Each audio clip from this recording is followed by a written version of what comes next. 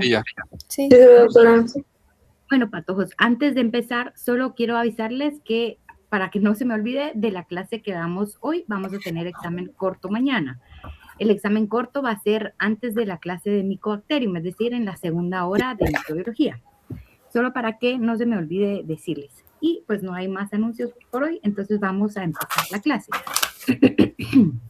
Entonces, la clase que vamos a ver hoy es la clase que corresponde al género Bacillus. Yo creo que ya ustedes a lo largo de la carrera han de alguna forma oído de alguna enfermedad causada por este género. Obviamente la más importante es Bacillus anthracis, pero también vamos a ver que hay otras que también son importantes para medicina veterinaria y para salud pública.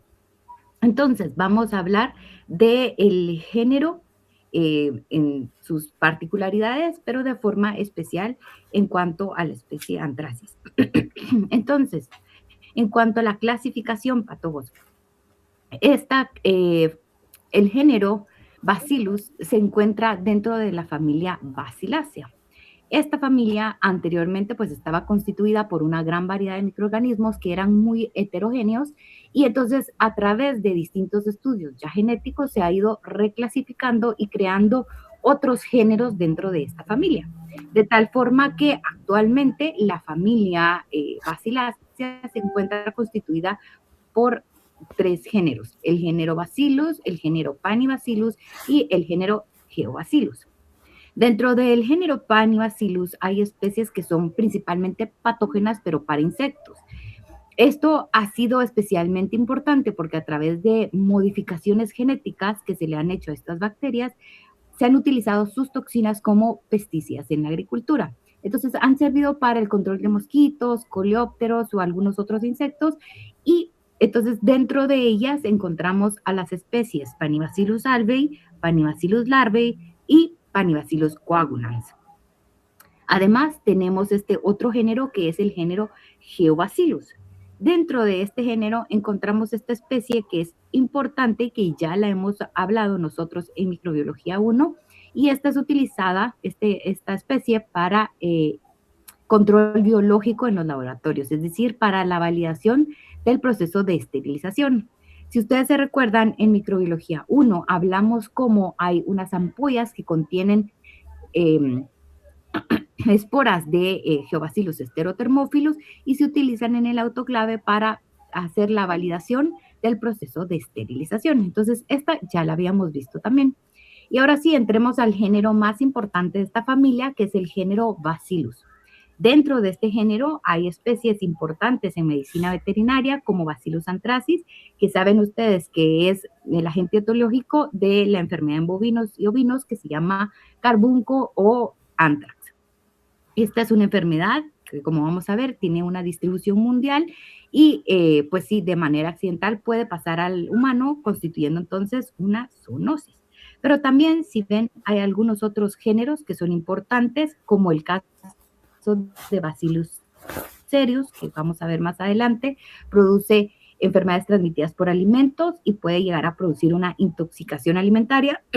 También tenemos Bacillus subtilis, que principalmente es una bacteria de tipo oportunista, pero puede llegar en algunos casos a contaminar y a producir infecciones, principalmente importante en pacientes inmunosuprimidos.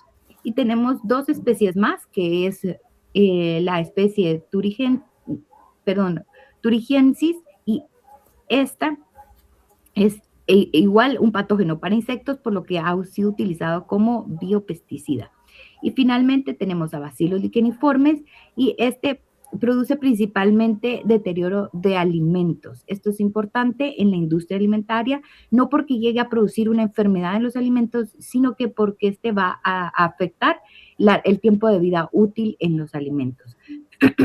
Como vamos a ver a lo largo de la clase, es importante entonces hacer un buen diagnóstico, tanto clínico como de laboratorio, para lograr diferenciar entre géneros y entre cada género las especies.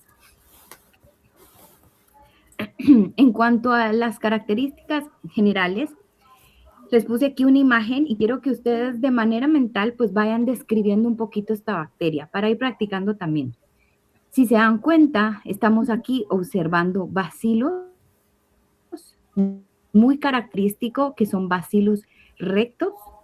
Si ustedes ven la forma de en cuanto a la agrupación, son agrupaciones en cadenas. Y si ven la coloración, pues en relación a la coloración de Gram, estos serían bacterias Gram positivo. Entonces, cuando estamos hablando en general del género Bacillus, que es el que vamos a estudiar hoy, su morfología es que son bacilos, normalmente bacilos de extremos rectos, son bacterias gram positivo y si ustedes se fijan en la imagen tienen una estructura central que es una espora. La ubicación de la espora es importante, como ya ustedes saben, para distinguir el género Bacillus de otro género que sería Clostridium, pero también para distinguir entre las mismas especies del género Bacillus. Entonces, si se dan cuenta, la espora no llega a deformar el bacilo. Esto es importante porque eso lo distingue del género Clostridium. Y en cuanto a la ubicación, se encuentra central cuando estamos hablando de Bacillus anthracis y subterminal cuando es algún otro bacilo, pero siempre sin deformar la célula vegetativa. Pueden haber también algunas esporas libres. Esto es pues porque han salido ya de la célula vegetativa. En cuanto al metabolismo, son bacterias aerobias, anaerobias facultativas y en relación entonces a la movilidad, tienden a ser móviles porque tienen flagelos perítricos, pero Bacillus anthracis, que es el patógeno principal, pues no es móvil. Es decir, Bacillus anthracis sería la excepción porque es inmóvil. También tiene la capacidad de producir cápsula. La cápsula, como ustedes bien saben, lo que va a hacer es que le confiere protección a la bacteria.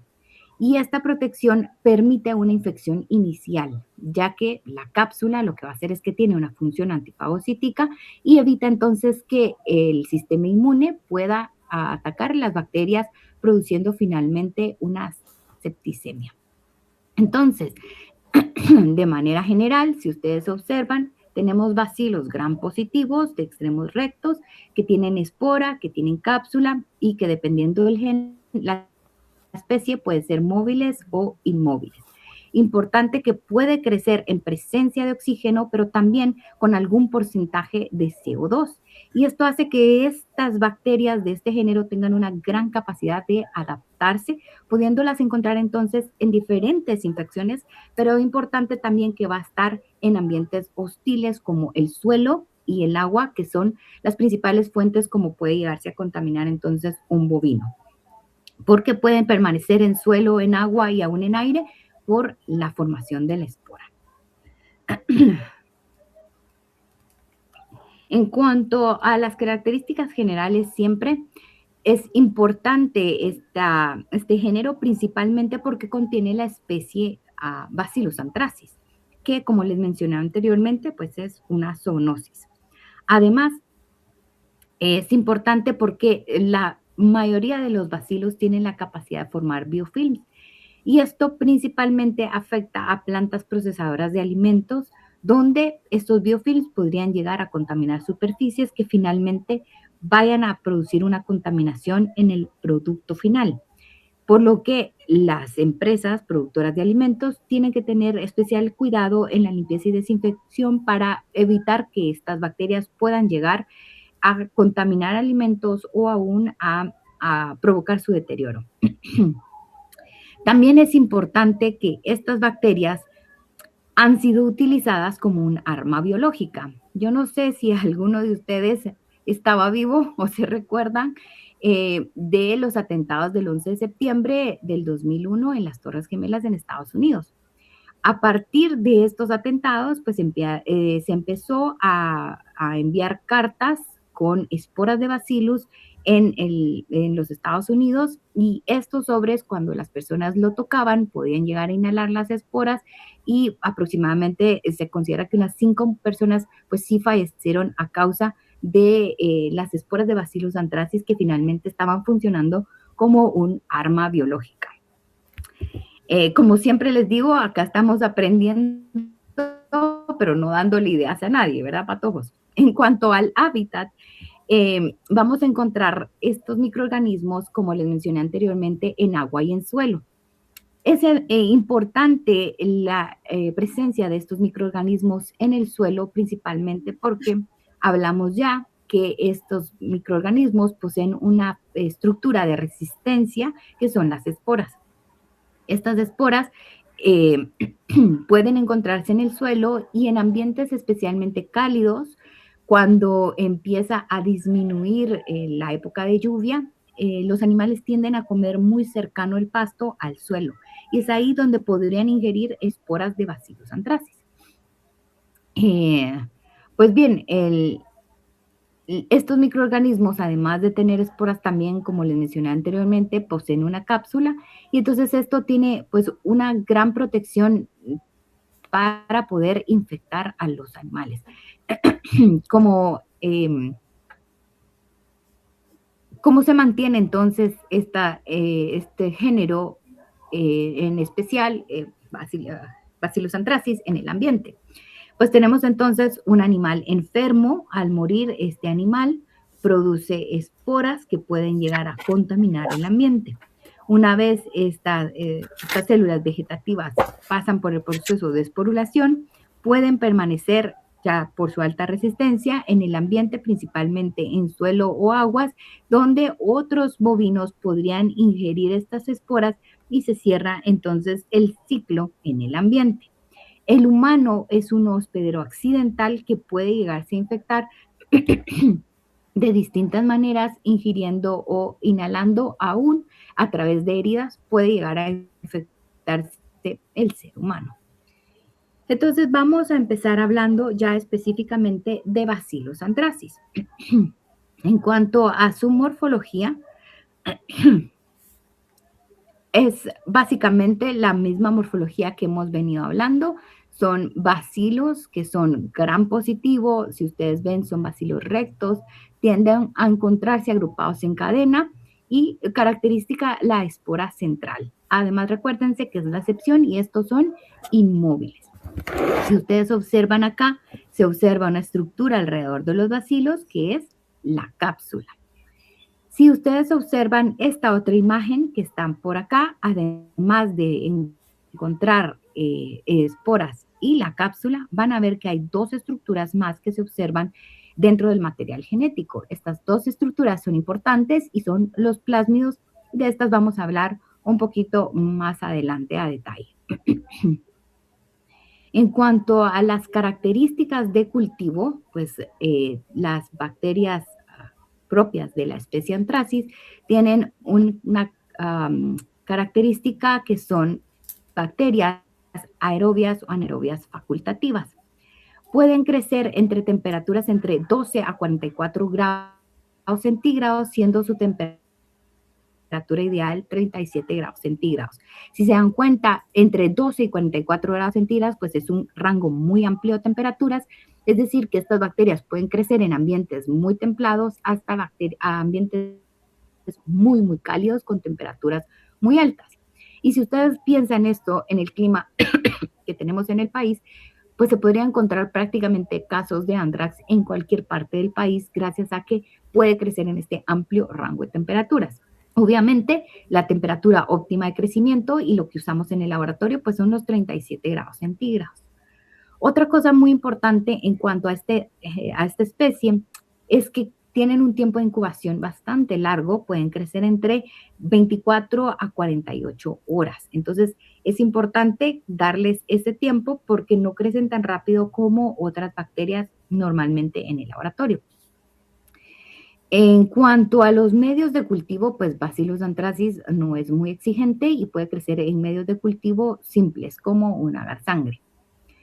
En agar sangre vamos a observar entonces colonias grandes, si se dan cuenta son colonias bastante grandes, elevadas, el aspecto es granuloso y si se dan cuenta los bordes son bastante irregulares, tendiendo a tener un color grisáceo o blanquecino.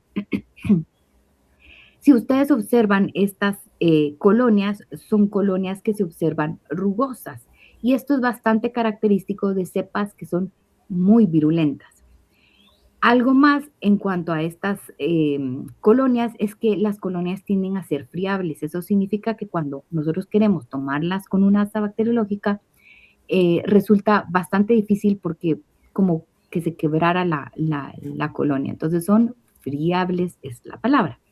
También hay algunos medios de cultivo donde se puede agregar bicarbonato y suero y se incuban en un ambiente de microbiota y se van a obtener entonces estas colonias, que si las ven son bastante diferentes, y son colonias mucoides pequeñas que son blanquecinas y lisas. A este tipo de colonias se le denomina collar de perlas, mientras que a estas otras, rugosas, las pueden encontrar en la literatura como cabellos o cabeza de medusa y es una característica bastante filamentosa. Entonces, si ustedes observan, tenemos dos tipos de colonias y a eso se le llama dimorfismo de colonias. Podemos encontrar dos tipos de colonias. Las colonias lisas normalmente, las colonias lisas van a ser colonias de cepas menos virulentas, mientras que las colonias rugosas provienen de cepas más virulentas. Algo importante es que si ustedes observan estas imágenes en agar sangre, no se observa hemólisis, lo que distingue a Bacillus anthracis de otros bacilos.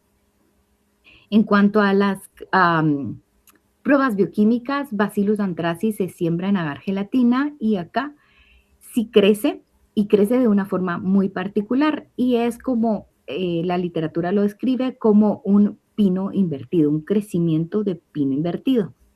Hay crecimiento, sí, pero no hay hidrólisis ni licuefacción de la gelatina, por lo que es gelatina negativo. Posee la enzima catalasa, por eso es catalasa positivo y puede fermentar los carbohidratos con producción de ácido.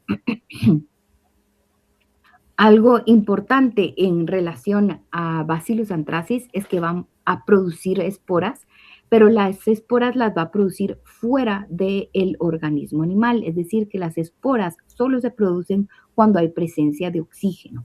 Dentro del animal lo que vamos a observar es la formación de cápsula. Entonces, cuando se quiere observar la formación de esporas, esto puede ser a través de muestras del animal que ya hayan tenido contacto con oxígeno, como sangre, por ejemplo, cuando un animal muere, o en el laboratorio. ¿Y cómo vamos a observarlo? Pues utilizando la coloración de Schaefer-Fulton. Cuando queremos observar la cápsula, como esta solo se produce en el organismo del animal, entonces debe de partirse de una impronta y utilizaríamos entonces la coloración de Anthony.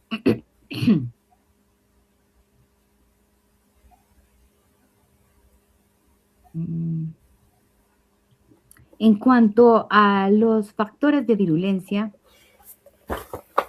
vamos a encontrar tres principales factores de virulencia a los cuales Bacillus anthracis pues debe su patogenicidad. Y estos factores son la cápsula, la producción de toxinas y algunas proteínas de superficie. Es importante que la expresión de estos factores de virulencia va a estar condicionadas por algunos factores como la temperatura corporal del hospedero y también la concentración de CO2. Entonces, en cuanto a las proteínas de superficie, este es el mayor antígeno que tiene Bacillus anthracis y está constituida principalmente por las proteínas AE1 y SAP. Estas serían las proteínas de superficie. En cuanto a la cápsula, ¿se recuerdan que les dije que la cápsula pues va a ser el primer contacto que va a tener la bacteria con el tejido o con las células del hospedero? Esta cápsula de Bacillus anthracis especialmente está formada por ácido polígama de glutámico que tiene enlaces peptídicos, lo que va a ocasionar que la inmunogenicidad sea muy débil. Esto es importante porque le permite entonces a la bacteria evadir la fagocitosis. Si logra evadir la fagocitosis, entonces puede llegar a adherirse a células del hospedero, pero también a diseminarse en diversos tejidos.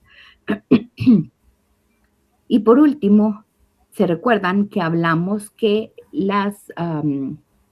que Bacillus anthracis tiene dos plásmidos que son muy importantes y estos plásmidos son los que van a contener genes que codifican la expresión de la toxina y también la síntesis de la cápsula.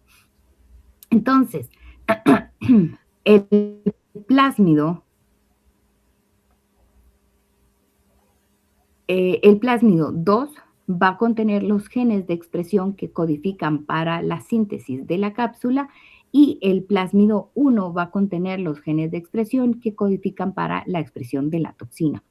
Se han hecho estudios en los cuales se ha visto que si se suprime alguno de estos plásmidos, pues la bacteria no va a producir ya sea la toxina o la cápsula, por lo que la virulencia de Bacillus anthracis está bastante ligada a la presencia o ausencia de estos plásmidos. Entonces, ya hablamos de las proteínas de superficie y de la cápsula, vamos a hablar entonces específicamente de las toxinas. Doctora, perdón, Sí, ¿solo ajá. puede repetir para la función de cada plásmido? Sí, en relación a la cápsula, es el plásmido 02 el que codifica para su síntesis y en el caso del plásmido 01 es el que va a codificar o el que tiene los genes de expresión para codificar la toxina. Ok, gracias. Uh-huh. Entonces, en relación a la toxina, es importante que es la presencia de la toxina lo que va a hacer que haya sintomatología identificable. Entonces, las toxinas están constituidas por tres componentes antigénicos. Estos tres componentes antigénicos son tres proteínas que se van a secretar al medio de formas separadas. Estas, entonces, al secretarse al medio, son exotoxinas. Estas exotoxinas forman exotoxinas finalmente. Estos componentes son el factor edema, el antígeno protector y el factor letal.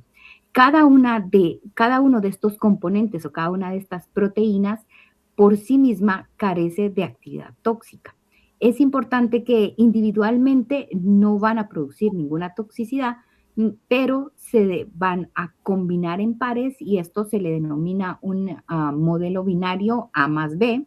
Se combinan en pares y entonces pueden llegar a formar las toxinas que ya son letales para el animal.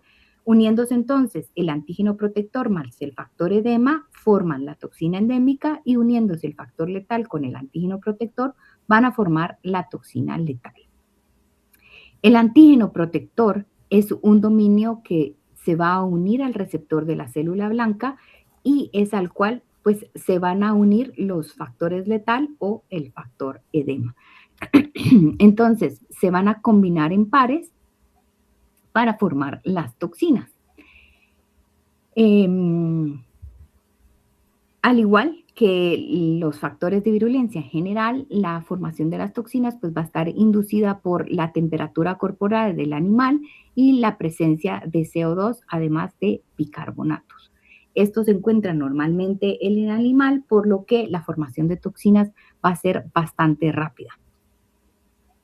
Entonces, como les mencionaba anteriormente, el antígeno protector va a ser el responsable de que los factores letal y edema, formándose como toxina, puedan ingresar a la célula del hospedero. Es decir, que va a tener una actividad enzimática. En el caso de del factor edema, este es una enzima de la familia de las adenilatociclasas y va a ser dependiente de la cadmodulina.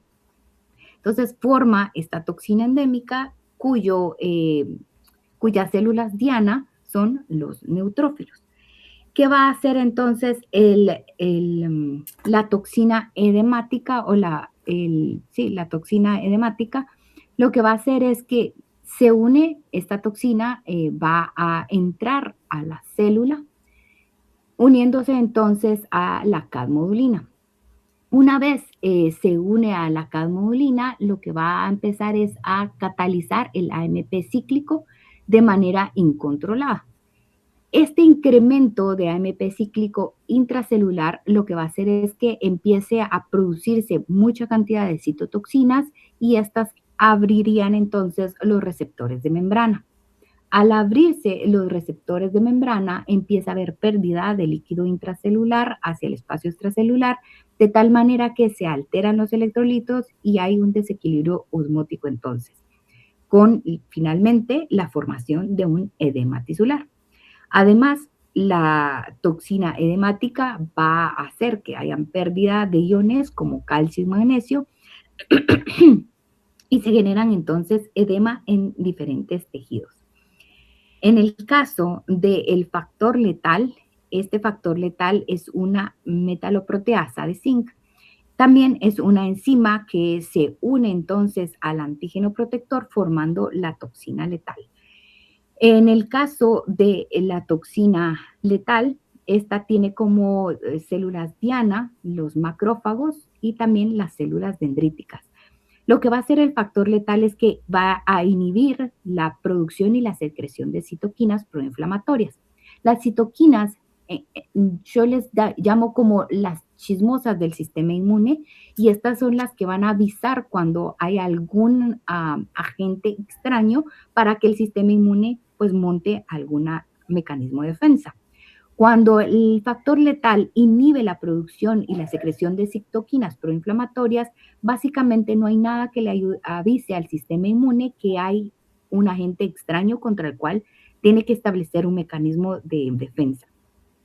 Entonces, no hay esta secreción de citoquinas a través de los macrófagos y de las células dendríticas y entonces tiene fácil entrada al organismo este bacilo. Además, este factor letal promueve la apoptosis de los macrófagos, por lo que se va a dar entonces un shock séptico y va a permitir que se produzca una infección sistémica. El shock séptico se produce principalmente porque hay una liberación muy alta. Cuando hay lisis de los macrófagos va a empezar a darse una liberación muy alta de citoquinas. Entonces, hay niveles o mediadores de inflamación que se activan muy rápido y se produce entonces el shock séptico. Entonces, voy a explicarles con la siguiente imagen lo que acabamos de hablar para que quede un poco más claro. Entonces, hablamos que la toxina es una toxina formada por un modelo binario, es decir, A más B, donde el antígeno protector es el sitio de unión para los factores letal y edemático.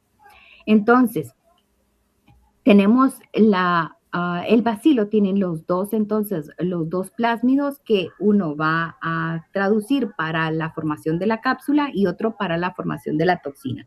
Se activa entonces el plásmido que contiene los genes que codifican para la expresión de la toxina, que es el plásmido 1. Una vez se activa este plásmido, entonces en el medio van a ser secretados estas 3 proteínas o estos 3 factores, que como les mencionaba, de manera aislada o individual, pues no tienen ninguna capacidad tóxica. Es cuando se unen, cuando empieza su actividad tóxica. Entonces tenemos al antígeno protector que llega y, como es el sitio de unión, es el que va a unirse a receptores de la célula blanco. Se une de tal manera que forma un heptámero que sirve de canal y de sitio de unión para los factores letal y edemático. En el caso del factor edema, este se une entonces al antígeno protector y se forma la toxina edemática.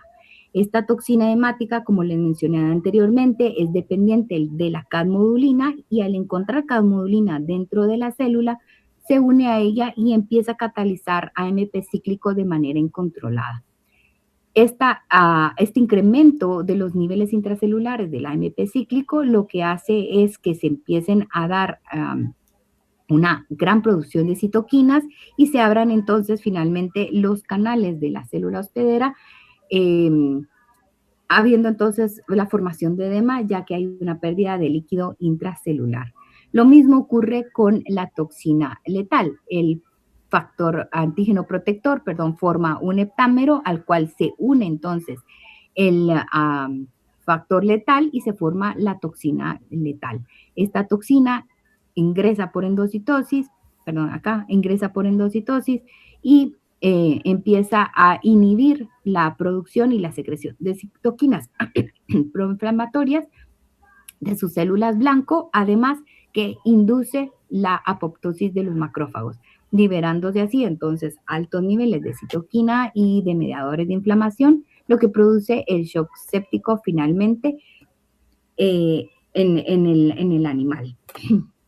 Si ustedes piensan, patojos, antes de explicarles esto ya unido con la cápsula, ambas toxinas, tanto la toxina hemática como la toxina letal, pueden inhibir la secreción de un factor tumoral de necrosis, alfa. Esto hace que se suprima aún más la respuesta inmune del animal, contribuyendo a que se disemine entonces Bacillus anthracis y que haya una progresión de esta enfermedad. Entonces, está habiendo una pérdida de líquido de las células, se está alterando la función de estas células porque al mismo tiempo hay destrucción de los tejidos. La cápsula es un factor importante porque va a permitir que la bacteria ingrese protegida y se pueda unir a los tejidos, sigue multiplicándose y mientras más bacteria hay, más factor edema, más antígeno protector, más factor letal, es decir, que va a haber más producción de toxinas. El factor letal está haciendo que haya destrucción de las células del sistema inmune que podrían protegerlas, de tal manera que llega un punto en el organismo del animal que no tiene la capacidad de contrarrestar esta infección. Hay menos células de defensa y al mismo tiempo se está produciendo más cantidad de bacterias con todos sus factores de virulencia, por lo que pues, el animal finalmente muere. Hasta aquí, patojos. ¿Hay alguna duda? No, doctora. Ok, entonces vamos a pasar a la patogenia. En cuanto a la patogenia... Doctora. Sí. Perdón, ¿qué había dicho de que provocaba o que hacía el factor tumoral de necrosis alfa? Ese factor tumoral es un factor que le permite al sistema inmune reaccionar o montar una respuesta inmune innata principalmente. Entonces, esto ayudaría a una defensa inicial para impedir que entren más bacterias, pero como lo inhiben, entonces no hay nada como en la puerta de entrada de las bacterias que pueda detener la entrada de más y más bacilos. Gracias. Ok. En cuanto a la patogenia, entonces, patojos, esta enfermedad la pueden encontrar en la literatura como fiebre esplénica, carbunco o carbunclo. Es una enfermedad que se debe a que ingresa el Bacillus anthracis principalmente como espora al hospedero. Este ingreso puede ser a través de ingestión, puede también ingresar por inhalación o por heridas. En los seres humanos es común que ingrese por cualquiera de estas vías, pero es en la que las heridas tienden a ser una puerta de entrada importante. En el caso de los animales, la mayor fuente de ingreso de estas esporas es a través de la ingestión. En humanos, como ya les mencioné, la inhalación también es de riesgo porque puede utilizarse como un arma biológica. Entonces, una vez ingresan las esporas al animal, los macrófagos van a capturar estas esporas y es en los macrófagos donde los fagolisosomas destruyen o producen un ambiente distinto para que estas esporas lleguen a germinar.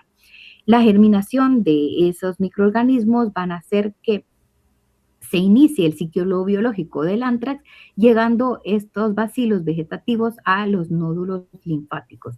En los nódulos linfáticos se va a producir linfangitis o linfadenitis y entonces llegan a producirse ya las infecciones o llega a producirse el paso de las bacterias hacia el torrente sanguíneo. No son bacterias intracelulares, por lo que se produce bacteriemia y finalmente también toxemia. Las toxinas entonces van a hacer que no haya una respuesta inmune, pero se vayan lisando, como ya vimos, células del sistema inmune, principalmente macrófagos, y se empiecen a liberar pues niveles altos de citoquinas, lo que puede llevar entonces al animal ya a un shock séptico. Crecen estas bacterias, siguen creciendo a nivel de tejidos, siguen expresando factores de virulencia, por lo que va a haber una muerte del animal. Con la muerte del animal no termina la infección, sino estas bacterias, al no encontrar otra vez un ambiente ideal, pueden llegar al ambiente y ahí, al entrar en contacto con oxígeno, vuelven a esporular y se diseminan al ambiente. Esto sería en relación a la patogenia. Ahora, en cuanto a las presentaciones clínicas, Bacillus anthracis produce la enfermedad de anthrax, principalmente afecta esta a los herbívoros, vacas, cabras, ovejas también, pero todos los mamíferos tienden a ser susceptibles. En el caso de los bovinos, el periodo de incubación oscila entre 1 a 20 días y las manifestaciones clínicas de la enfermedad se van a observar entre 3 a 7 días. Realmente no es una enfermedad que dure mucho. Una vez el animal se infecta, puede presentarse una forma hiperaguda, que es la más común de la enfermedad, y esto se observa una muerte súbita, porque ya vimos, el animal entra en un shock séptico, sigue habiendo multiplicación de la bacteria, no hay posibilidad que el sistema inmune pueda establecer una defensa. Es muy rápido el crecimiento porque hay muchos factores que ayudan al crecimiento de bacilos, por lo que se observa es una muerte súbita. Pero también puede presentarse cuadros agudos, subagudos o crónicos. Crónicos no es tan común en bovinos. Como les mencioné anteriormente, la muerte súbita es lo más común y es el único signo que se va a observar muchas veces en los animales. Cuando hay una presentación aguda, normalmente se observan signos clínicos que no son pues muy específicos. Se puede observar temblor, disnea, convulsiones y finalmente la muerte del animal. Algo importante cuando hay muerte por Bacillus anthracis es que hay una presencia de secreciones sanguinolentas que van a salir por orificios naturales del animal, es decir, ano, boca o nariz. Y esta sangre tiende a no coagular. No es específico de anthrax, pero si ustedes tienen un historial de la granja, historial de vacunación y ven estas características, pues es la primera sospecha que uno podría tener. Además, algo importante es las medidas de bioseguridad cuando haya sospecha de un caso de anthrax.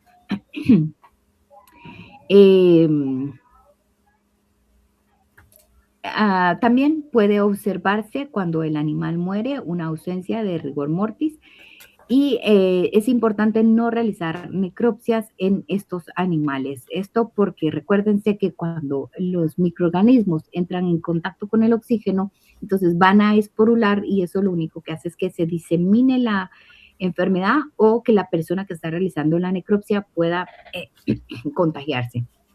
¿Qué se hace entonces? Se entierra. Se puede incinerar el animal o también puede enterrarse bien enterrado con cal viva para evitar entonces que haya posibilidad de contacto con oxígeno y que estos microorganismos vayan a esporular.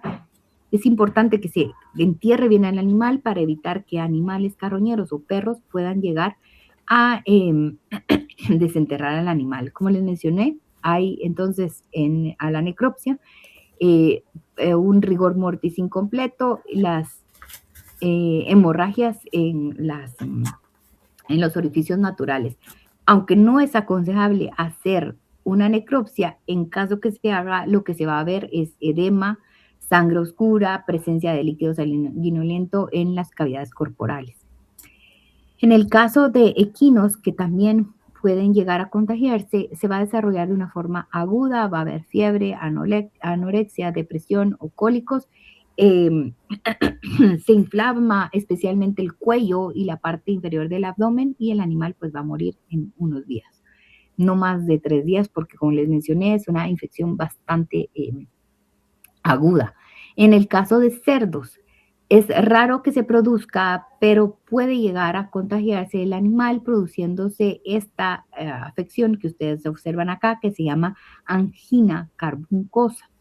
Esto, pues realmente es un edema a nivel faríngeo y produce un edema obstructivo que puede llegar a producirle asfixia al animal porque es un edema que es bastante gelatinoso, pero como les mencioné, es raro. Y les menciono esto porque las granjas cada vez están más tecnificadas y por esto es que la enfermedad en cerdos es muy rara. Esta tecnificación y las medidas de bioseguridad pues hacen que se disminuya la posibilidad de que haya contacto con material contaminado, con cadáveres o con algún animal enfermo. Entonces, en cerdos no es muy común y si llega a presentarse es aquí donde vamos a ver una presentación crónica de la enfermedad.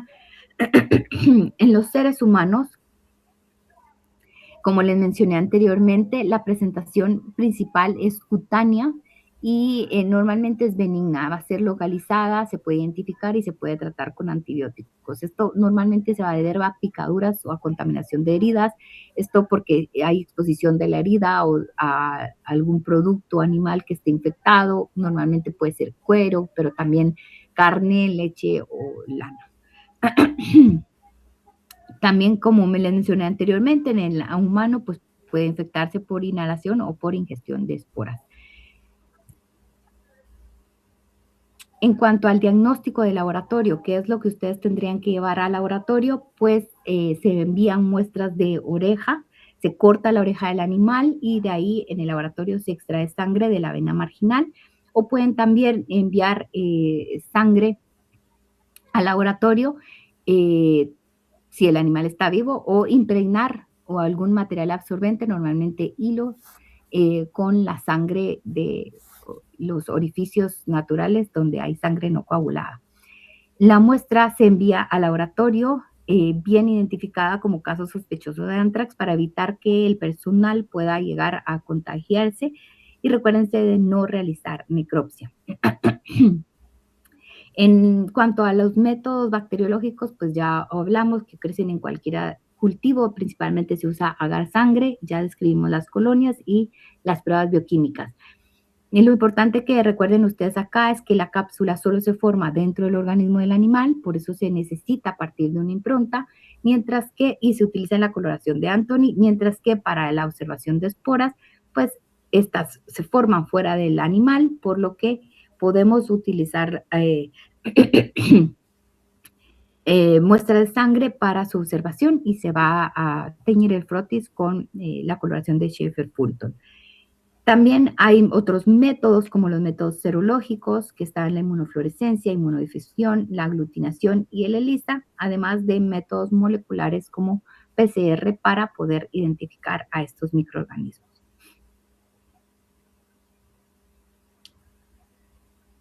En cuanto a la prevención, en zonas endémicas como Guatemala, que es una zona endémica, se utiliza la vacunación para prevenir utilizando la cepa Stern. También es importante que se haga una buena disposición de los cadáveres, incinerándolos, enterrándolos, evitando que haya carroñeros. En zonas que no son endémicas, como hay países donde no se encuentran casos, se debe de notificar a las entidades correspondientes, cuarentenar el lugar y prohibir el movimiento de animales, eliminando correctamente los cadáveres y desinfectando las instalaciones. Vamos a ver rápidamente Bacillus cereus. Bacillus cereus tiene una morfología muy parecida a lo que ya hablamos en cuanto a Bacillus anthracis. La única diferencia es que posee flagelos períticos y por lo tanto tiene movilidad. Posee una espora que es central o subterminal, pero nunca va a deformar el bacilo. Y estos son microorganismos que son catalasa igual positivos, solo que y produce hemólisis. Si ustedes observan en agar sangre, se ve entonces el halo de beta-hemólisis que produce Bacillus cereus y que lo distingue, como ya vimos, de Bacillus anthracis. Las colonias también son distintas porque son colonias grandes que tienden a ser grisáceas, pero parecen cera en el agar, entonces pueden ser también blanquecinas, produciendo este halo bastante notorio de hemólisis. Son microorganismos que son saprófitos, pero podemos encontrarlos en el suelo, en el agua y en el aire, pero lo importante es que pueden llegar a contaminar a los alimentos. Tiene bastante adaptabilidad, así que sobrevive a la pasteurización y obviamente en su forma de esporas y también tiene bastante resistencia a los desinfectantes. Posee fosfolipasas, hemolicinas, proteasas y toxinas, y esto es importante porque posee 2 toxinas que son muy importantes, ya que estas toxinas van a ser toxinas que producen síndromes entéricos. Esta toxina, la toxina entérica es termolábil y la toxina emética es termoestable, y producen respectivamente cada una estos síndromes. El síndrome entérico está causado por la toxina entérica y produce un cuadro de enteritis con diarrea. Lo que va a hacer es que aumenta la permeabilidad del epitelio intestinal y se produce una diarrea aproximadamente 2 horas post ingestión. Y en el caso del síndrome emético, este está causado por la toxina emética y lo que va a producir son náuseas y vómitos. Esta intoxicación es muy similar a la que ocasiona Staphylococcus aureus, por lo que se presenta a 5 horas post ingestión del alimento contaminado. A los alimentos a los que normalmente se asocia las intoxicaciones por alimento causadas por Bacillus cereus son alimentos crudos de origen vegetal, pero también se asocia principalmente a cereales y a arroz. Creo que esto es todo en cuanto a Bacillus cereus. Es importante, patojos, que en el caso de los alimentos puede llegar a producir no solo una enfermedad transmitida por alimentos, sino que también va a llegar a producir la descomposición del alimento, generando además toxinas. Y por último, vamos a hablar de Bacillus subtilis. Bacillus subtilis es considerado un patógeno oportunista en relación a sus características morfológicas. Es igual que lo que ya hemos venido describiendo, es móvil, tiene cápsula, también produce esporas, es un bacilo gram positivo aerobio, anaerobio facultativo, y es importante que en agar sangre también produce hemólisis. Si se dan cuenta, las colonias son mucho más grandes, más rugosas, tienen bordes totalmente irregulares, lo que los diferencia de los otros géneros. Es un patógeno normalmente oportunista que se encuentra en el ambiente y no tiende a ser patógeno a menos que haya a animales o personas inmunológicamente pues mal. Creo que se me olvida, en animales puede llegar a producir en algunos casos septicemia, mastitis o abortos, pero esto todavía está en estudio en relación a Bacillus subtilis. Lo más importante de Bacillus subtilis es que es un microorganismo que es generalmente ambiental y que no produce ninguna afección porque no es patógeno, pero puede llegar a ser un patógeno oportunista produciendo ya intoxicaciones en animales o en el humano también. Entonces, creo que esto era todo por la clase de hoy, patojos. No sé si tienen alguna duda en relación a la clase. Yo sí, doctora. Dijo que Bacillus anthracis era el único inmóvil, ¿verdad? Ajá, sí, ¿verdad? el Bueno. único inmóvil. Ajá, ok, gracias. Esa era. ¿Alguna otra duda, jóvenes?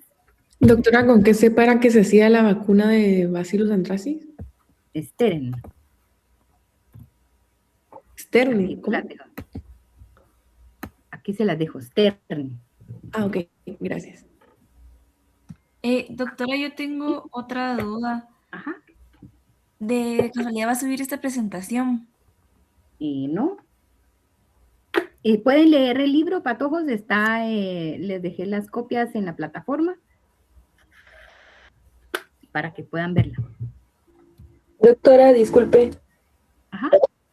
Una duda. Usted nos mencionó que esta bacteria tiene dos aspectos, como collar de perlas y como cabeza de medusa, Ujú. pero no entendí en qué agar se mira, o sea, con cada forma. Puede verse en agar sangre, pero Ajá. la característica de collar de perlas se ve mucho más en un agar al que se le pone bicarbonato. eh, y cuando uno pone estos componentes, digamos, extra en el medio de cultivo, bicarbonato y suero, puede evidenciarse mucho mejor esta formación de este tipo de colonias. Ah, ok, entonces agar sangre, pero si se le agrega bicarbonato, Y suero se va a ver como collar de perlas. creo que también mencionó la microaerobiosis. También si se incuba digamos, si al medio de cultivo se vuelve selectivo, digamos, porque se le agrega bicarbonato y suero y se incuba en microaerobiosis, entonces se van a ver este otro tipo de colonias. Ok, gracias. ¿Ok? Para los... Sí, Libertad. Doctora, eso que acaba de decir, de lo que le respondió a Salma, solamente aplica para antracis, no aplica para Serius ni para No, Subtilis, solo para ¿verdad? antracis. Ajá. Ok, gracias. Ok, jóvenes, si no hay más dudas, nos vemos mañana en horario de clase y hacemos el examen corto previo a empezar la clase de Mycobacterium. Que pasen feliz tarde, patojos.